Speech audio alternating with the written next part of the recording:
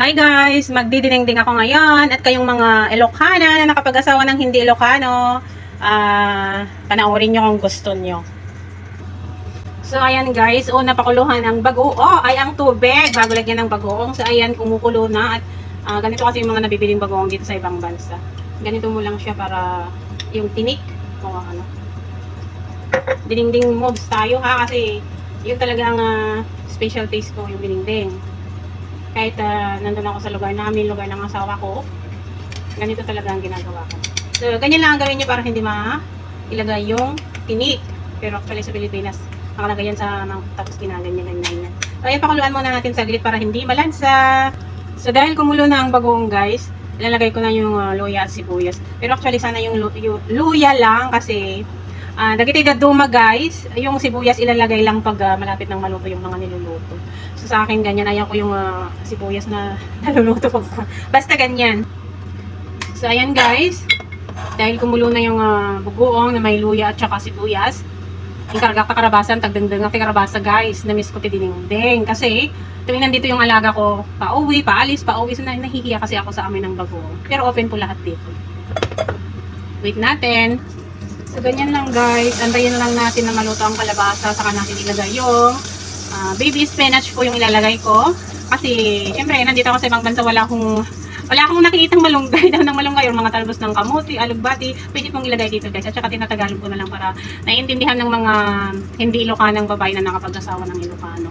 So, ayan. Pwede natin lagyan ng pritong isda or sinugba or inihaw na isda ganyan. At kahit kung wala kaming pambili ng ihahalo naman, ay pwede pa rin pure na dinengding kasi organic po yan guys. Very healthy. So ayan guys, kung gusto nating mas malasa yung ulam natin, pwede na natin ilagay yung inihaw o prinitong isda kasi ang ilalagay ko lang naman is baby spinach, madaling maluto. So ayan, mag-isa lang ako ngayon ganyan. Ganyan lang para hindi madurog-durog. Ganyan natin siya.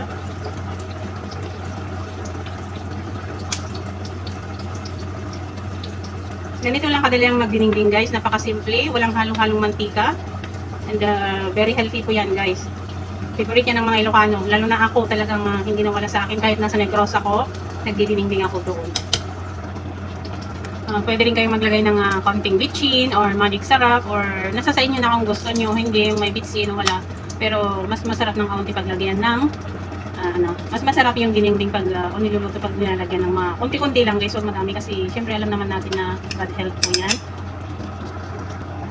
So ayan guys, ang tawag doon, nalok na nga dyan karabasan. Malambot na yung kalabasa kaya ilagay na natin itong spinach.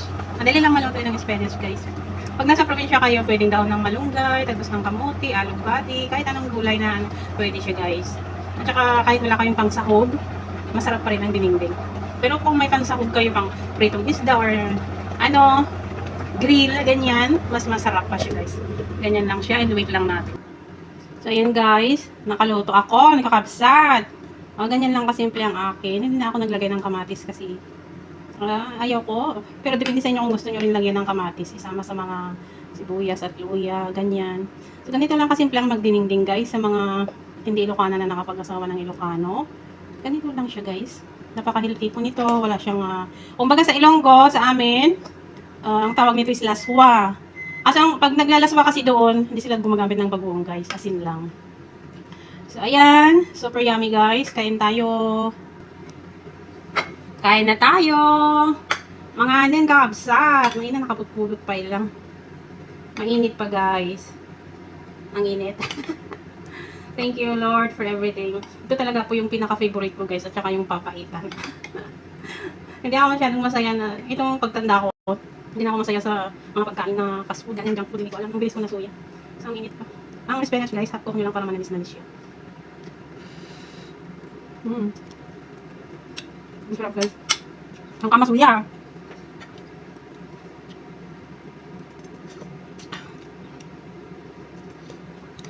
Ang tamis ng kalabasa dito guys. Bumili ng kalabasa yung alaga ko, yung half, more than half.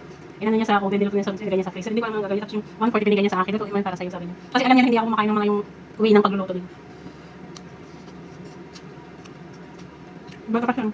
Bata pa itong kalabasa. Ang tamis. Pudot.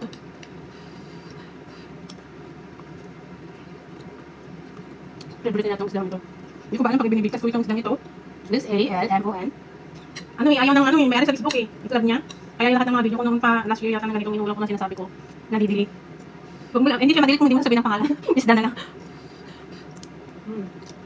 Ang sarap ba? Yung asawa ko yung go. Favorite niya rin ng dingding guys. Nasanay siya. Kasi naranasan niya sila sa amin. Noon. Bago kami lumipat sa kanila.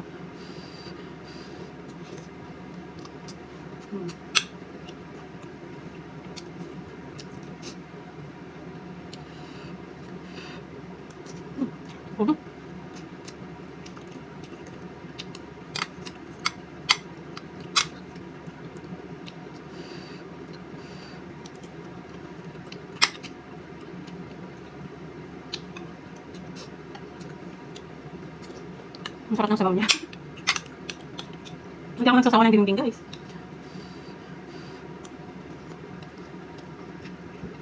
Hindi dahil na, matagal ako sa ibang bansa, hindi kahit nasa Pilipinas ako. Talagang nakasanayan ko ang dingding. Lalo na pag may mangga guys, na hilaw, may mga sili. Kung ganitong ulam ay, Diyos ko, masarap kumain ng isang bandihada. Pag ganito mga ulam ko guys, namimiss ko sa Abra, sa Ilocos, ganyan mga kamag-anak ko lahat. Kasi matagal na sa ibang bansa, tapos pag umuwi sa Negros.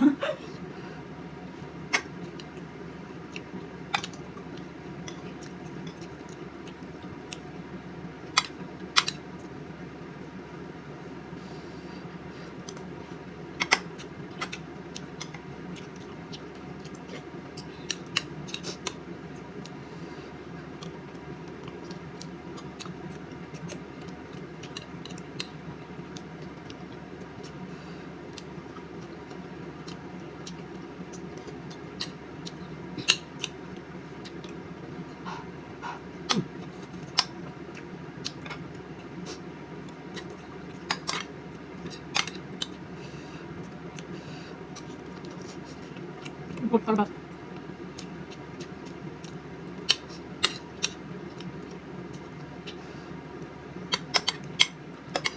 Sa Pilipinas guys, mga habron lang. Ganito tayo mga gusto kong ulam.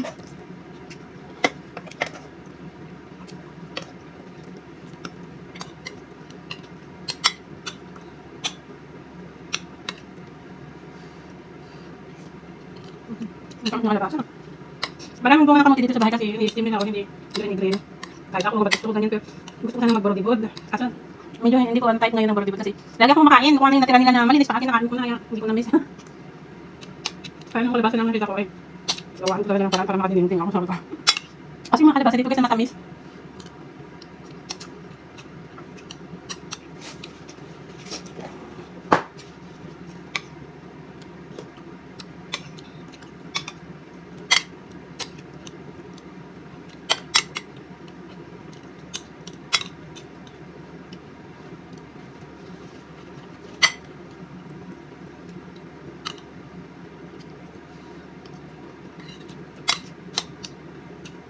Napaka-healthy ng kalabasan na ipakain sa bata guys.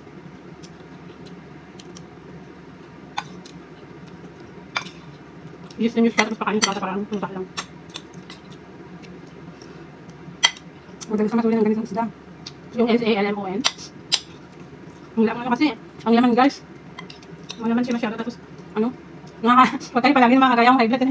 High blood daw to. Ako paminsan-minsan lang. Tsaka maliit lang siya. Lagyan ko niyang umaga kasi kanila ilagay sa oven. So ayun lang kayo mga kananay kasi sobrang haba na ng aking video. So ayun lang. Ganyan lang magdinding kahit anong gulay dinding-dingin guys. Nalutuan niyo din yung mga asawa niyong Ilocano, mga kananay na hindi Ilocana. Pag nilutuan niyo yung asawa niyo na Ilocano ng dinding, so Diyos ko, masayang-masaya siya sa inyo. Bye bye guys. Ang dami ko pa ang haba na ng video. God bless!